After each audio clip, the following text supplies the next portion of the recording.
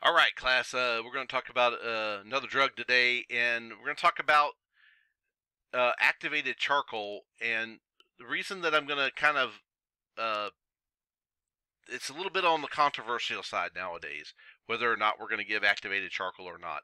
And I want you to understand why that is, and why in certain cases it works really good, in some cases not so much. Okay, so again, it's also known by the trade names of Actidose or Aquadose, Instachar. You can also see it as, and again, it's pronounced obviously activated charcoal.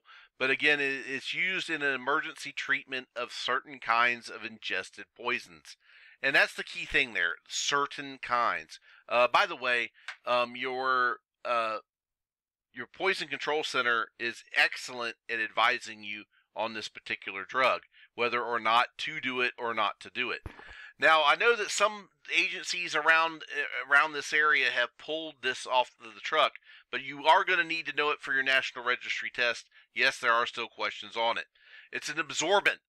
That's what it does. It gets down into the GI tract and absorbs the poison before it actually can get digested.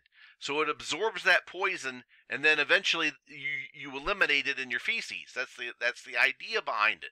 Okay, so it binds with many of the drugs or chemicals that go into the gastrointestinal tract. So far, so good. Okay, now, my favorite way to give it, the slurry. Yeah. Again, the onset is almost immediately. Once you get it in there, it starts working.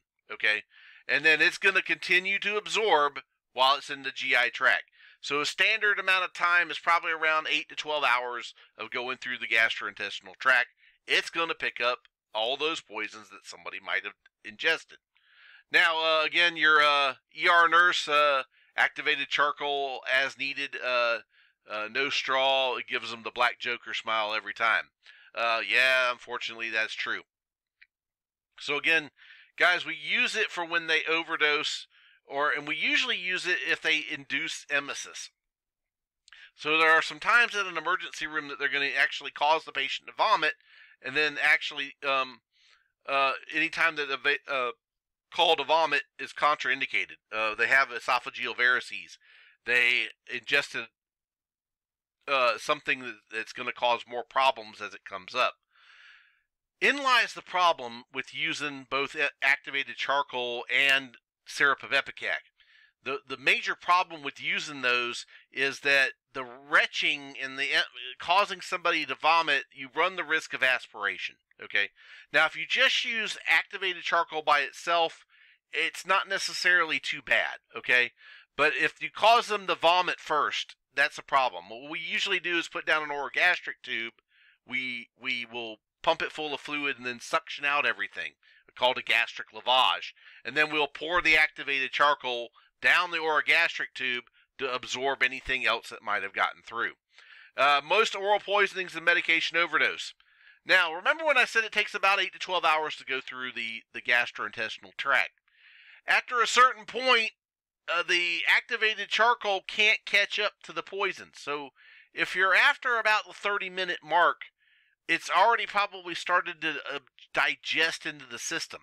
So actually putting the activated charcoal in there isn't going to be as effective, or not effective at all.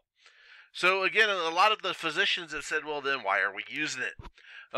Yes, they do make an ice cream version of this. This is no lie. I actually, when I saw this picture, I had to go to Google, research it. Sure enough, they do make this. Apparently, it's some sort of nutritional supplement that they'll sell at the health food places.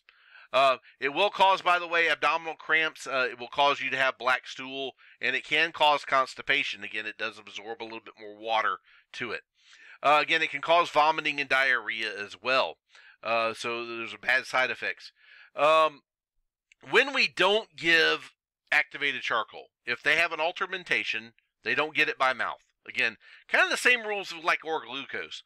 You don't give it, if there's an airway problem of any way, shape, form, fashion, you don't give it. Now, if I have an orogastric or a nasogastric tube down, yeah, then I can give it that way because, again, I don't have to worry about them aspirating it. So any type of problem with aspiration, please don't give activated charcoal by mouth, okay?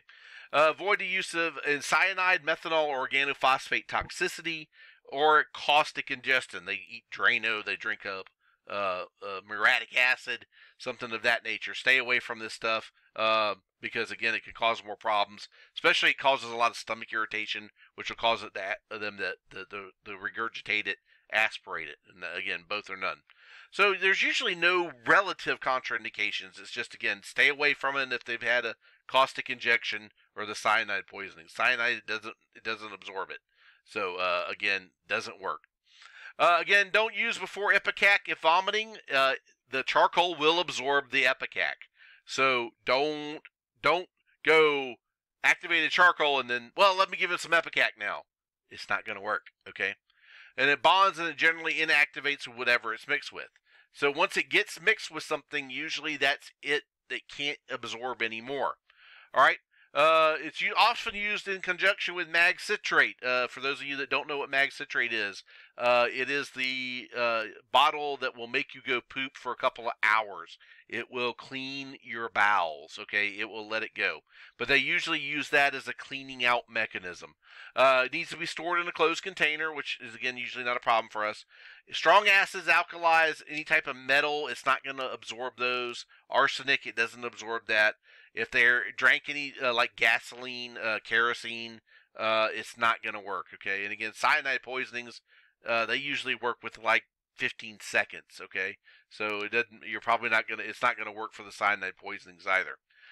Milk products will decrease the active charcoal's effectiveness, so don't give it with milk. Use water. Use your Gatorades, something of that nature.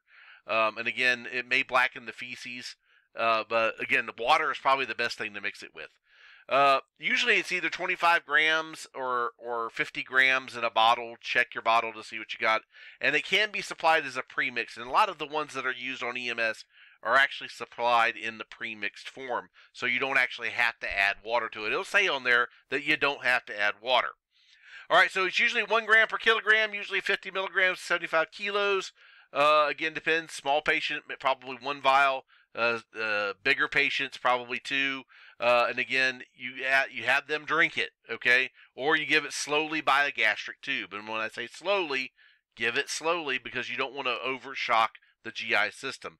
And then your pediatric is in 1 gram per kilogram mixed in water to form a slurry. And I tell you, they do add a mint to it, and it's actually not half bad. We've had some students before taste test it, and I'm like, yeah, this isn't too bad. But again, of course, you can get the Joker smile, of course, that they don't use a straw. But again, they also use this stuff, just so you know. For the pregnancy class, look, if these ladies could put it on their face, probably pretty safe to, they have never established what it does for a pregnant patient, which is okay. But we usually give it by mouth or via gastric tube is the way that we give it. For the EMTs, again, it's usually we have them drink it, okay? They have to drink it, all right? And by the way, don't take your mask and don't try to make a mask out of it. It will not make a mask before you guys even think that. But it will give you the Joker teeth. I don't know about the whitening of the teeth thing. I guess it could happen. All right, that's going to be it for this one. And I'm going to see you guys on the next one.